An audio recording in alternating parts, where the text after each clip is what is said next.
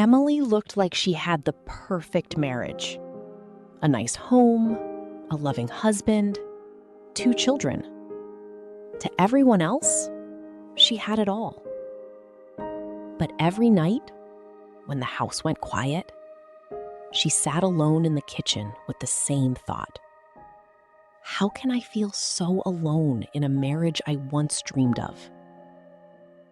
Emily's story isn't rare. Many women stay in unhappy marriages, not because they're in love, but because they feel trapped.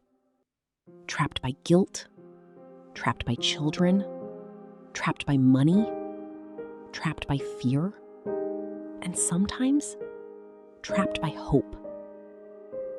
What's shocking is this. In many cases, the husband has no idea. On the outside, everything looks fine.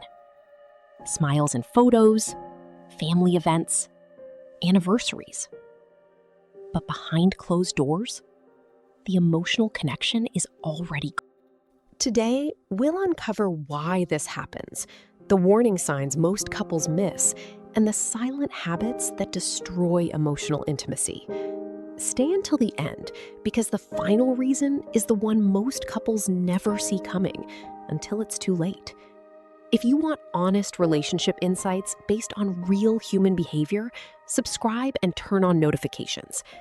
Now, let's go back to Emily's story. When she got married, she believed she had found her forever partner. They laughed together, traveled together, dreamed together. Then life happened. Work became stressful. Bills increased. Children arrived. Responsibilities multiplied. Slowly, the conversations changed. Instead of asking, "How was your day?" they began asking, "Did you pay the electricity bill? Who's picking up the kids? What's for dinner?"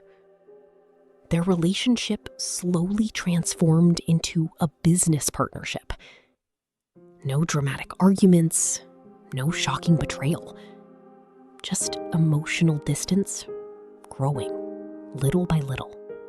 And that's where many women first begin feeling trapped, not because they're physically unable to leave, but because emotionally they no longer recognize the relationship they once loved. Here's something many people misunderstand. Feeling trapped doesn't automatically mean someone wants a divorce. Sometimes it simply means they feel unheard, invisible, taken for granted. One of the biggest reasons women feel trapped is emotional loneliness. You can share the same bed every night and still feel completely alone. A husband may believe everything is fine because there are no major fights. Meanwhile, his wife feels like she's carrying the emotional weight of the entire relationship by herself. She's remembering birthdays, managing children's schedules, checking on elderly parents, planning holidays, supporting everyone emotionally. And somewhere along the way, nobody asks how she's doing. Emotional neglect isn't always intentional. Sometimes it's simply years of small moments where one partner stops feeling seen. If you've ever experienced something similar, or if you've noticed it happening around you, let us know in the comments. Your story might encourage someone else who's quietly struggling. Now, let's continue. Another major reason is financial dependence. Money doesn't just buy comfort, it creates choices. For some women, leaving isn't simply an emotional decision. It's a financial risk. They wonder, how will I pay rent? Can I support my children? What if I can't find another job? Even women with careers sometimes face enormous financial uncertainty after years of shared assets, childcare responsibilities, or career sacrifices made for the family. This doesn't mean every husband controls money. Far from it. But financial dependence can make an unhappy marriage feel like the safest option, even when it no longer feels like a healthy one. Then comes guilt, perhaps one of the strongest invisible chains. Many women stay because they believe leaving would hurt everyone else. The children, their parents, their church, their friends, their community. They've spent years building a family image. Walking away feels like destroying more than a marriage. It feels like disappointing everyone they love. Sometimes they even convince themselves, I can handle being unhappy if everyone else stays happy. But here's the difficult truth. Children don't simply learn from what parents say, they learn from what parents live. Growing up in a home filled with emotional distance can quietly shape how they view love for the rest of their lives. Another reason many women feel trapped is fear of starting over. Imagine rebuilding your entire life after 10, 15, or even 25 years with someone. Everything changes. Your routines, your friendships, your identity. Even introducing yourself feels different. The fear isn't always about being alone. Sometimes it's about wondering, who am I without this marriage? That question can be terrifying, especially when much of your identity has been built around being someone's wife or someone's mother. Then there's something people rarely discuss. Hope. Hope keeps many marriages alive. Every anniversary, every apology, every promise, every fresh start creates another reason to believe tomorrow will finally be different. Sometimes it is. Many couples genuinely rebuild stronger relationships through honest communication, accountability, and mutual effort. But hope becomes dangerous when only one person is doing the rebuilding. Healthy marriages require two people willing to grow, not one person carrying both partners. Now, here's something many husbands never realize. Women often don't wake up one morning and suddenly decide they're emotionally done. It's usually a slow process. Years of unheard conversations, repeated disappointments, broken trust, small emotional wounds, one by one, until eventually, silence replaces complaints. Ironically, many husbands panic only after their wives stop arguing. But relationship experts often point out something surprising. Complaints usually mean someone still believes the relationship can improve. Silence can mean they've started giving up.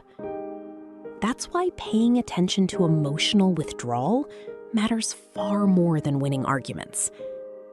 Here's another hidden reason. Unequal emotional labor.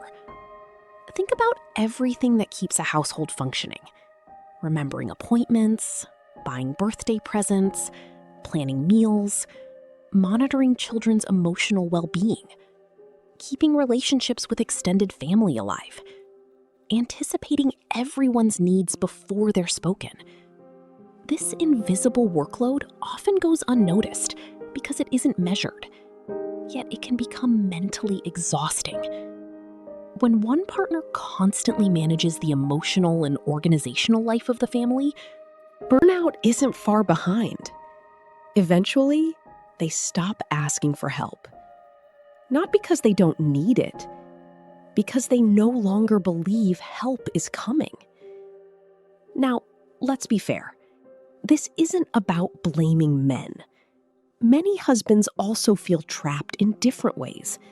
Some feel enormous pressure to provide financially.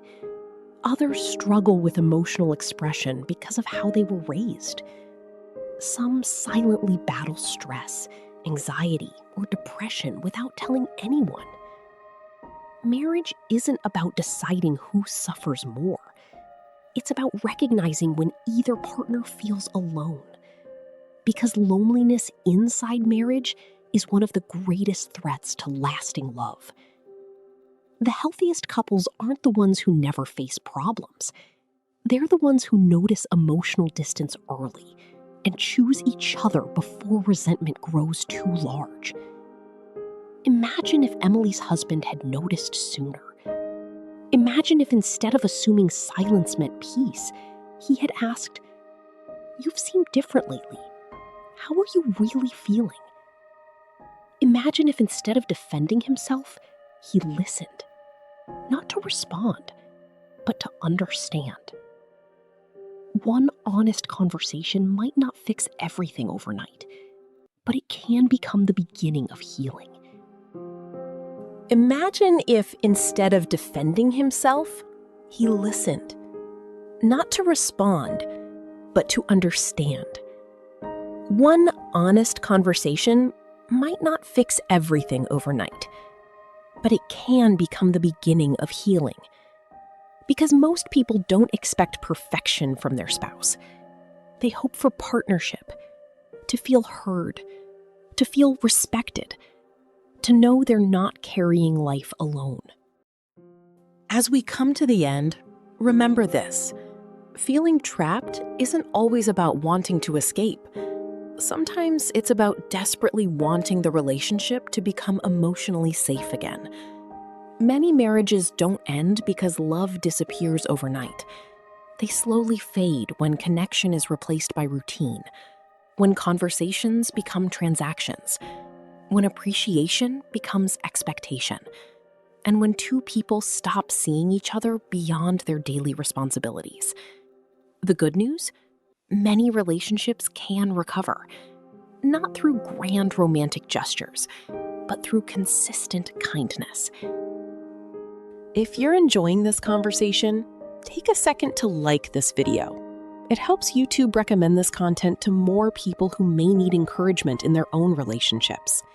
And if you haven't already, subscribe for more thoughtful discussions on love, marriage, psychology, and emotional connection.